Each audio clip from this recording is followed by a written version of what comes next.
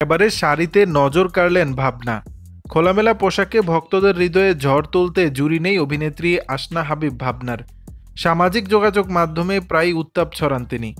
নিজের সাহসী অবতারের জন্য ভক্তদের কাছে যেমন প্রশংসা কুড়ান, তেমনি সমালোচনারও শিকার হন এই অভিনেত্রী।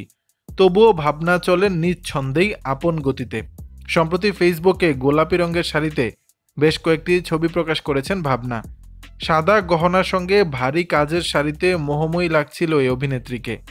মূলত একটি পুরস্কার বিতরণী অনুষ্ঠানের অতিথি হিসেবে রাজধানীর একটি 5 তারকা হোটেলে হাজির হয়েছিলেন ভাবনা।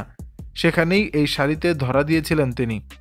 জুলাইয়ে বৈষম্য বিরোধী ছাত্র আন্দোলনে আলো আসবেই গ্রুপ কাণ্ডে জড়িত থাকার পরে এক প্রকার আড়ালে চলে গিয়েছিলেন আসনা হাবিব ভাবনা।